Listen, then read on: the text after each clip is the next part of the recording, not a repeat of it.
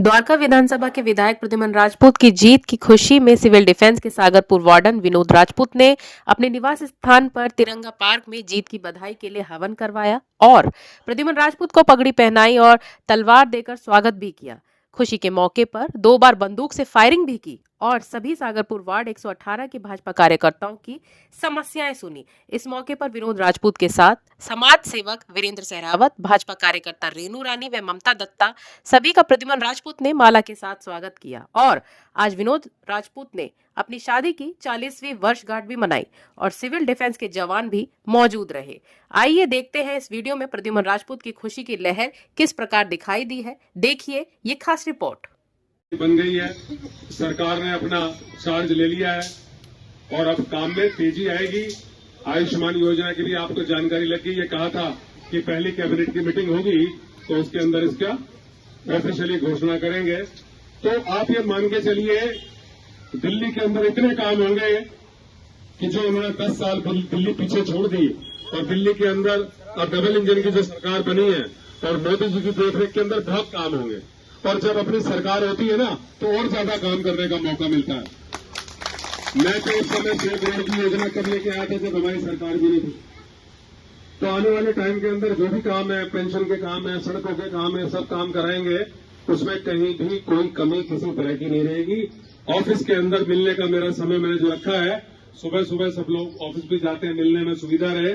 सुबह 9 से 11 रखा है, आप आ सकते हैं। जो भी मेरे लायक होगा वो मैं करूंगा। इसमें कहीं भी कोई कमी किसी तरह की नहीं रहेगी। और जो अभी परवीन जी ने कहा कि भाई अपना हमारी जो गाय माता है जगह जगह जो देखते हैं, दिल तो दुखी होता है, सब लोगों का होता है।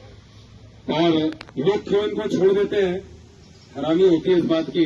जब सनातन धर्म में हो, आप सनातन धर्म को आप मानते हो, तो कहीं ना कहीं आपको इस बात को महसूस करना चाहिए कि जिस गाय का आप दूध निकाल रहे हो, दूध दे रही है, तो उसकी भी थोड़ी सी आप चिंता कर लो।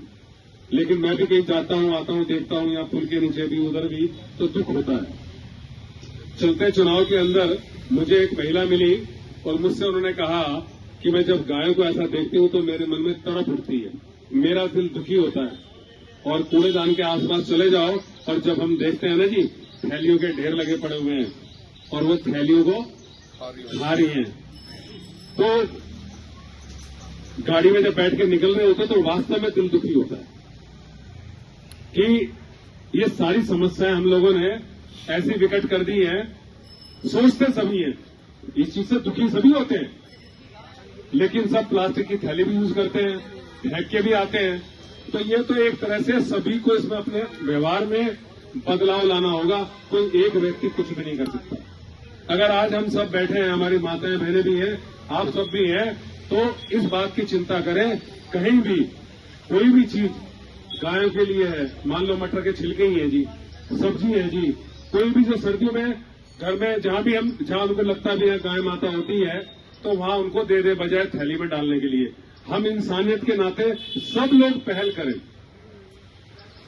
जैसे हमारे दिल्ली के अंदर हार्दिक अभिनंदन आप सभी दर्शकों का। आप देख रहे हैं टाइम इंडिया टीवी नेटवर्क। मैं हूं आपके साथ वाणी। हम अभी मौजूद हैं सागरपुर के तिरंगा पार्क में और यहां पर जो है बहुत ही भव्य स्वागत किया गया प्रद्युम्न राजपूत, जो कि द्वारका विधानसभा क्षेत्र से जिनकी बहुत बड़ी जीत हुई है और भाजपा को जिताकर यहां पर उनकी पहली जो है स्वागत समारोह रखा गया उनके जीत के उपलक्ष्य में। और यहाँ हवन भी किया गया और वहीं तलवार भी उनको भेंट की गई और पगड़ी के साथ उनको माला पहनाकर काफी फूलों से स्वागत किया गया। और लोगों से भी जान लेते हैं कि उनको कैसा लगा यहाँ पर आकर इस स्वागत समारोह का हिस्सा बनकर। हमारे साथ वीरेंद्र जी मौजूद हैं। कैसे हैं आप और कैसा लगा? आपका बहुत बहुत धन्यवाद चैनल का, आपका वाणी जी। जी हाँ जी बोलो। प्रद्युम्न जी जो जीत कर आए हैं, सबने आप यहाँ कॉलोनी वालों ने सागरपुर वार्ड 118 तिरंगा पार्क में जो प्रोग्राम रखा है चाय का और स्वागत का, और जो समस्याएं हैं उन्होंने जो आपने बताई, हालांकि बताने की जरूरत नहीं है समस्या की, क्योंकि समस्या में तो खुद वो रहते हैं, उन्हें खुद देखा है, तो उन्हें थोड़ा समय चाहिए, पूरा काम करके दिखाएंगे। और उनका बहुत बहुत धन्यवाद जो मीटिंग रखी वार्ड 118 में प्रद्युम्न जी की, और प्रद्युम्न जी हर काम पे खड़े निकलेंगे और पूरा जनता को विश्वास है हमें विश्वास है। वीरेंद्र सहरावत जी, आपको लगता है कि यहाँ पर जो गायों की समस्या है वो हल हो जाएगी? क्योंकि बहुत लोगों ने यहाँ पर गायों की समस्या को अहम रखा है। देखो जी, गाय की समस्या हल होगी, हर जरूर होगी, हर हालत में होगी। मैंने भी कई जगह प्याऊ लगवा रखे हैं और घरों से जो निकलते हैं, जो भी खाने का होता है, पन्नी साइड में रखवा कर डलवाता हूँ। क्या आपका भी ये मानना है कि लोगों को एकजुट होकर सामने आना पड़ेगा इस परेशानी को हल बिना करने? उसके कुछ नहीं होगा। मैं भी सोचूं मेरा कोई साथ नहीं दे रहा, लेकिन मैं करूंगा तो मेरे देखा और करेगा। बिल्कुल। फिर जो और कुछ कर रहा है तो उसको भी बताएंगे, देखेंगे। और जो पन्नी गिर जाते हैं, जो हमारी माताएं बहनें भी है, वो भी कई बार ऐसे ही गिर देती हैं या बच्चे को भेज देते हैं। तो मैं वहाँ ज्यादातर रहता हूँ, मेरे उधर ज्यादा गाय है, डोगी और ज्यादा गाय है, तो मैं वहाँ खुद खोलता हूँ और उनको बताता हूँ ऐसे मत गिरो।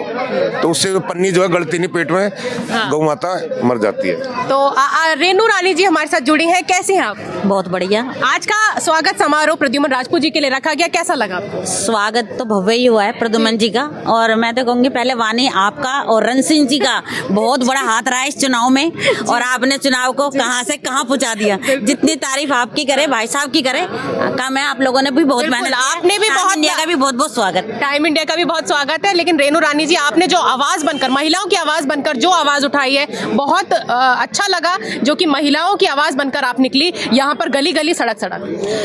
अब बहनों ने तो बहुत सहयोग किया है। अब हम प्रद्युमन जी से चाहेंगे हर बहन का काम हो, हर बहन ने जो एक आस लगाई है, और वोट भाइयों से ज्यादा बहनों ने निकल के इस बार पूरा सहयोग भाई प्रद्युमन राजपूत जी को दिया है। तो वही सहयोग की आशा अब अपने भाई प्रद्युमन जी से करते हैं, और हमें पूरा विश्वास है कि भाई प्रद्युमन राजपूत जी हर बहनों के सहयोग करेंगे। क्या बात है। यहाँ पर ममता जी भी हमारे साथ जुड़ गई हैं। कैसा लग रहा है यहाँ पर स्वागत समारोह का हिस्सा बनकर, और जो समस्याएं बताई हैं, समस्याओं के अंबार जो बताए हैं प्रद्युमन राजपूत जी को, वो सुधर जाएंगे हालात? हाँ जी, विनोद जी के जितने भी प्रोग्राम्स में मेरे को बुलाया गया है, उनके प्रोग्राम बिल्कुल जिसे कहते हैं कि 100 में से 100 जी ऐसे प्रोग्राम्स उनके होते हैं। बहुत ही डिसिप्लिन वाले व्यक्ति हैं, समय के पाबंद हैं, और सबसे जो एक यूनिक अनोखी बात होती है कि उनके यहाँ जब भी प्रोग्राम्स होते हैं वो हवन कराते हैं, जो हमारे सनातन का एक बहुत बड़ा अहम हिस्सा है। तो ये बात इनकी मुझे सबसे अच्छी लगती है कि हमारे जो भी शुभ कार्य होते हैं वो हमेशा हवन से उनकी शुरुआत की जाती है, और वो हमेशा इस चीज़ की शुरुआत करते हैं, और सभी लोगों को करना भी चाहिए। पॉजिटिविटी भी आती है इससे। और रही बात प्रद्युमन जी की, प्रद्युमन जी जब पहले भी विधायक रहे हैं तो उन्होंने किसी भी कार्य के लिए कभी भी किसी को मना नहीं किया। जहाँ तक उनका दायरा है उन्होंने सबके कार्य किए हैं। उनके ऑफिस से कभी कोई निराश नहीं गया।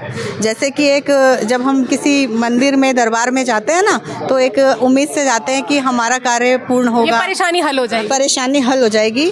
तो ये पॉजिटिव वाइब्स उनकी हमेशा रही है।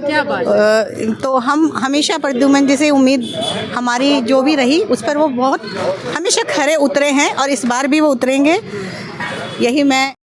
जीत के बाद पहला कार्यक्रम यहाँ पर अटेंड किया है प्रद्युमन राजपूत जी ने। इनसे बातचीत कर लेते हैं। और यहाँ पर विनोद जी ने जो भी कार्यक्रम रखा है, यहाँ पर तलवार आपको भेंट की है और पगड़ी पहनाकर जो यहाँ पर आपको सम्मान दिया है, कैसा लगा है लोगों के बीच आकर? और जीत की जो हमारे टाइम इंडिया टीवी की तरफ से भी बहुत बहुत बधाई हो आपको प्रद्युमन राजपूत जी। विनोद जी और इनके तमाम जितने भी साथी हैं उनका मैं धन्यवाद करता हूं, आभार व्यक्त करता हूं। आज मैं इनका आभार व्यक्त करने ही आया हूं। आज इन्होंने यहाँ पगड़ी पहनाई, उसके बाद तलवार भेंट की।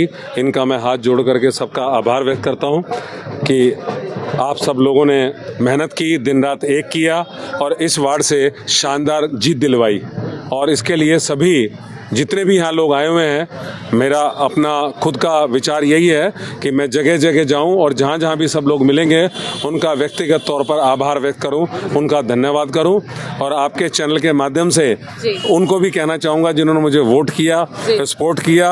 आने वाले टाइम के अंदर सब जगह जल्दी पहुँचूँगा, सबके बीच में पहुँचूँगा।